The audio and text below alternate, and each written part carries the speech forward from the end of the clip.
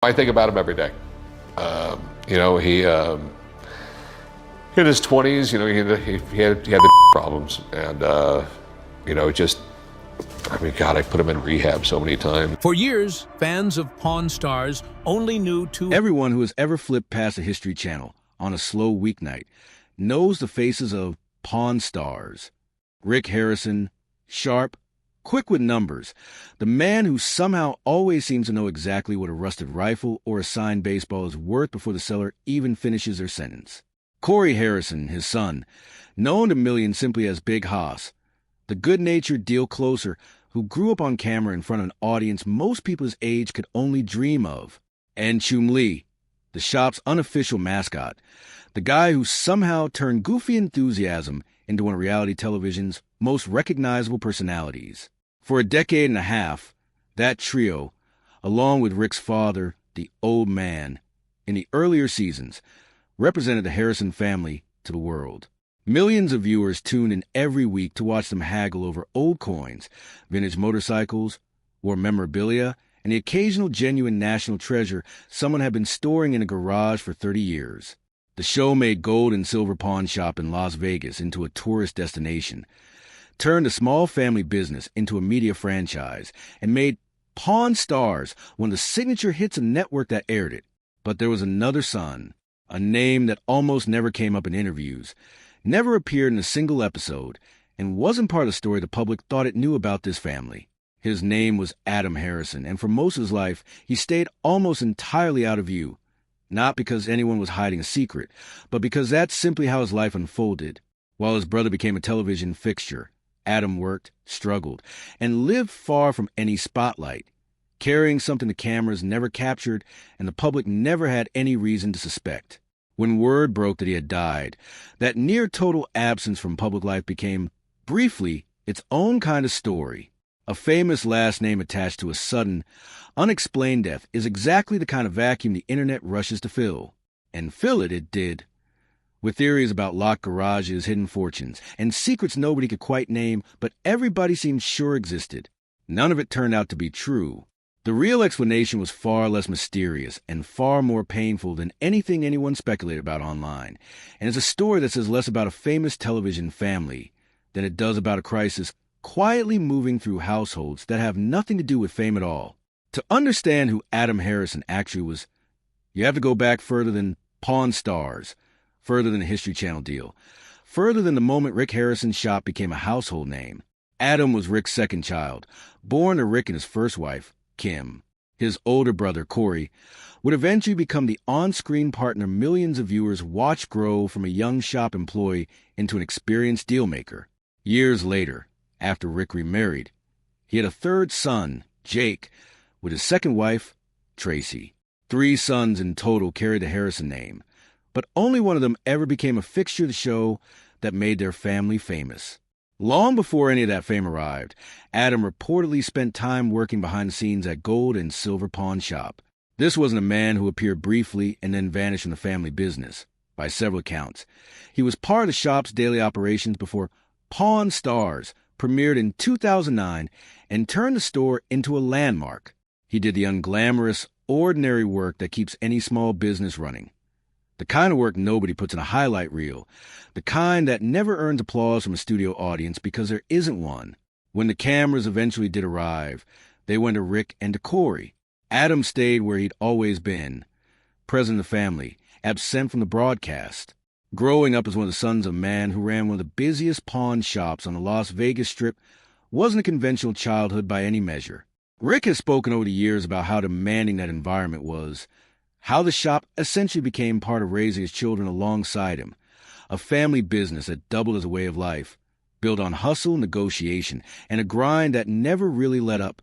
Somewhere inside that environment, Adam grew into an adult who, by every account available, chose to remain close to his family without stepping into the version of fame the rest of them eventually would. On its surface, it's a simple, even admirable story. A quieter son who valued privacy over celebrity, who preferred working out of view to being recognized at the airport the way his brother would be. But behind that quiet, ordinary-sounding choice, something else had already begun taking root. Something that would follow Adam for close to 2 decades and would, in the end, overshadow every other part of his story. According to what Rick Harrison has said publicly, Adam's struggle with addiction reportedly began around the age of 20, years before Pawn Stars existed, years before the rest of the world had any reason to know the Harrison name at all. This wasn't a single reckless mistake or a rough patch that resolved itself.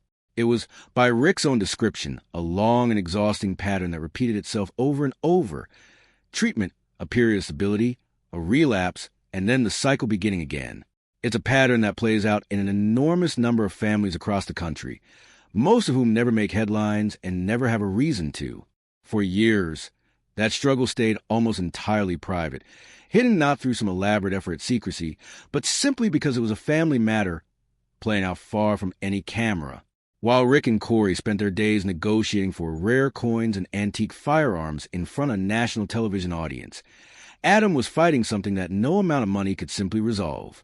Addiction doesn't respect a bank balance. It doesn't care whether your last name is printed in gold letters above a pawn shop door on the Las Vegas Strip. It doesn't discriminate based on fame, and it rarely announces itself with the kind of drama television plot might suggest. More often, it's a slow, grinding erosion that a family lives through quietly year after year, largely unseen by anyone outside their inner circle. As the years passed, though, the nature of that struggle shifted into something considerably more dangerous. What had been, for a long stretch, a private and at least somewhat manageable battle, increasingly intersected with substance that has torn through communities across the entire country regardless of income, geography, or background. Fentanyl. Addiction specialists and public health officials have described this exact pattern repeatedly over the last decade.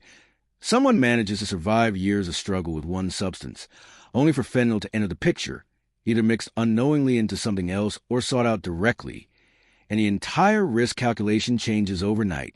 What had once been survivable becomes, almost instantly, potentially lethal. It's a bitter and common irony that families who live through a loved one's addiction often describe. Someone makes it through so many close calls, only for a single instance to be the one that can't be undone. By the time Adam reached what would become the final stretch of his life, the picture had grown considerably darker.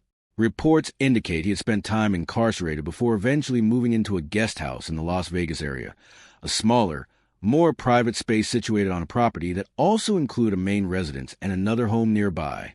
It wasn't some hidden compound or a secret retreat. It was simply a modest guest house, the kind of place someone might stay while trying to rebuild their life, or while trying to withdraw from the world for a while. A woman renting the main house on that same property would later tell investigators that in his final weeks, Adam's behavior had become noticeably alarming. According to an incident report later obtained by members of press, she described him barricading himself inside the guest house by pushing furniture against the door, the kind of detail that, viewed after the fact, reads like a warning sign nobody around him quite knew how to interpret in the moment. That's easy to say with hindsight. At the time, it likely looked like a man who simply wanted to be left alone, not someone in the closing weeks of his life. Then came the sequence of days that changed everything. Adam was last seen on January 17th. When he stopped answering his door, the woman renting the main house grew concerned. She later found a message he had posted online explaining that he was feeling sick and planned to quarantine, a plausible enough explanation, especially in an era still shaped by years of pandemic-era caution around illness. But 2 days passed without any further word from him. On January 19th, she reached out to property's landlord, who went to check on the guest house himself, likely anticipating he'd find someone recovering from a bad cold rather than what was actually waiting for him inside. What he found instead was Adam, unresponsive. It was a kind of moment that instantly turns a private, ongoing struggle into a public tragedy. The kind of phone call that reshapes a family permanently. Word moved quickly after that. Within hours, entertainment outlets had picked up the story, and by the following day, headlines across the country were confirming that Rick Harrison's son had died in Las Vegas at the age of 39. Police opened a standard investigation, as is routine in any unattended death, and for a period of time, almost nothing beyond that basic, devastating fact was confirmed publicly.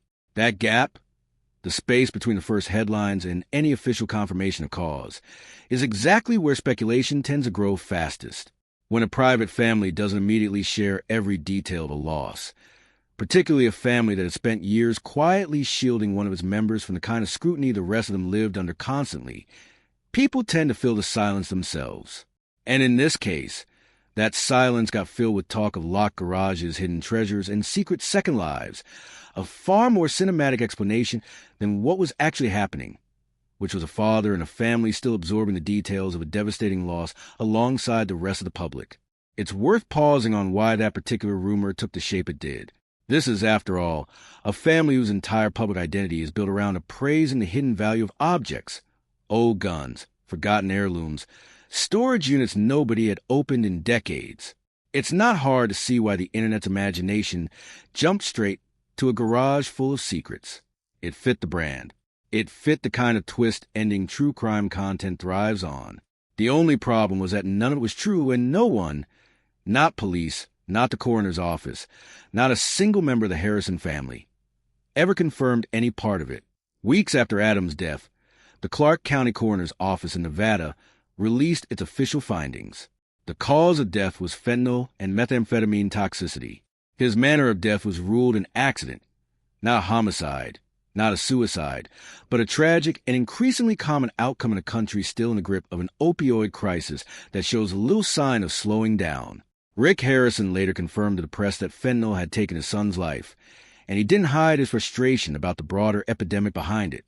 He spoke publicly about the scale of the fentanyl crisis sweeping across the country and called for it to be taken far more seriously, criticizing what he described as the unchecked flow of the drug across the border and pushing for stronger action to address it.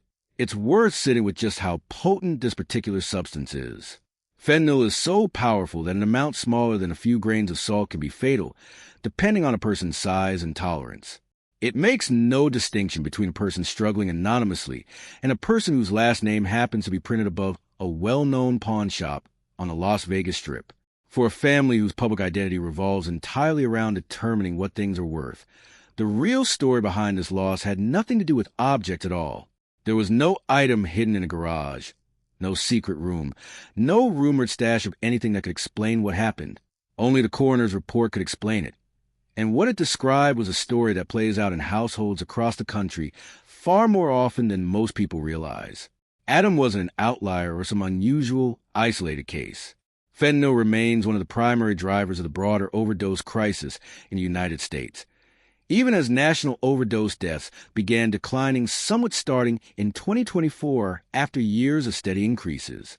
Adam was one of tens of thousands of people whose lives have been cut short by a drug crisis that, for the vast majority of families affected, never makes a single headline, unless, as in this case, a recognizable name happens to be attached to it.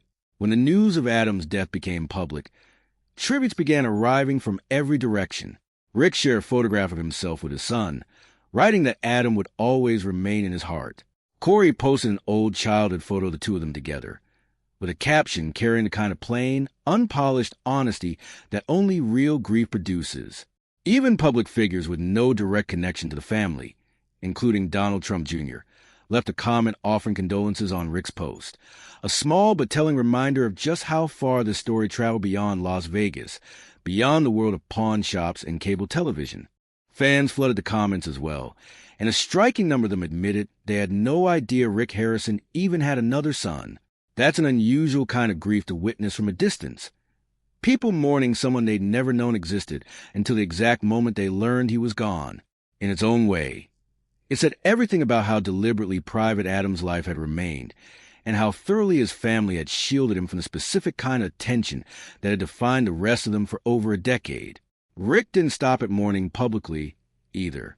In the months that followed, he began speaking more openly in interviews about the fentanyl crisis, using whatever platform his fame afforded him to push for greater urgency and awareness around an epidemic that has quietly devastated families across every income bracket in the country.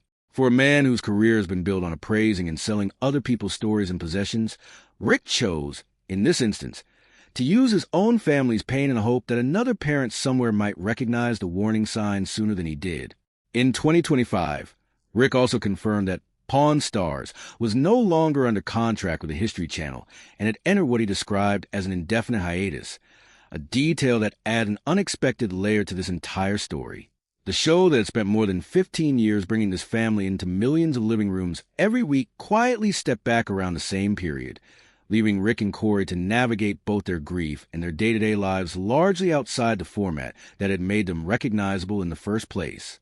Whether or not the two things are connected in any direct way, the timing carries its own kind of weight, as though, for a while at least, this family was finally being allowed to simply be a family, without a production schedule shaping how the world saw them. Strip away the garage rumors and the speculation about hidden fortunes, and what's left isn't a mystery at all. It's a family forced to confront one of the most devastating public health crises of the modern era inside their own home, far from any camera crew or scripted storyline. It's a reminder that even the families the public feels closest to, the ones whose faces have been in living rooms every week for over a decade, are usually showing the world only a fraction of what's actually happening in their lives. That's likely why the garage theory spread as fast as it did in the first place. People were looking for something dramatic because a dramatic explanation is what they'd been trained to expect. The kind of twist that fits neatly into a headline or a video thumbnail, wrapped up and resolved in a matter of seconds. Real life, more often than not, doesn't cooperate with that expectation. Sometimes there isn't a hidden door concealing a secret at all. Sometimes there is simply a person who'd been struggling for a long time, a family that tried and couldn't ultimately save him, and a loss that no amount of television fame could make any easier to process or explain. Adam Harrison's story became public largely because of his father's fame, a fame Adam himself had spent nearly his entire adult life quietly staying away from. But the pain underneath that public attention was, in the end, painfully ordinary. A family watching someone they loved struggle for years against something far stronger than willpower, and losing him anyway. That may be the hardest part of this entire story to sit with. Not that something shocking was hidden away and finally uncovered, but that nothing was hidden at all. Just a father's heartbreak. A family trying to grieve in front of an audience they never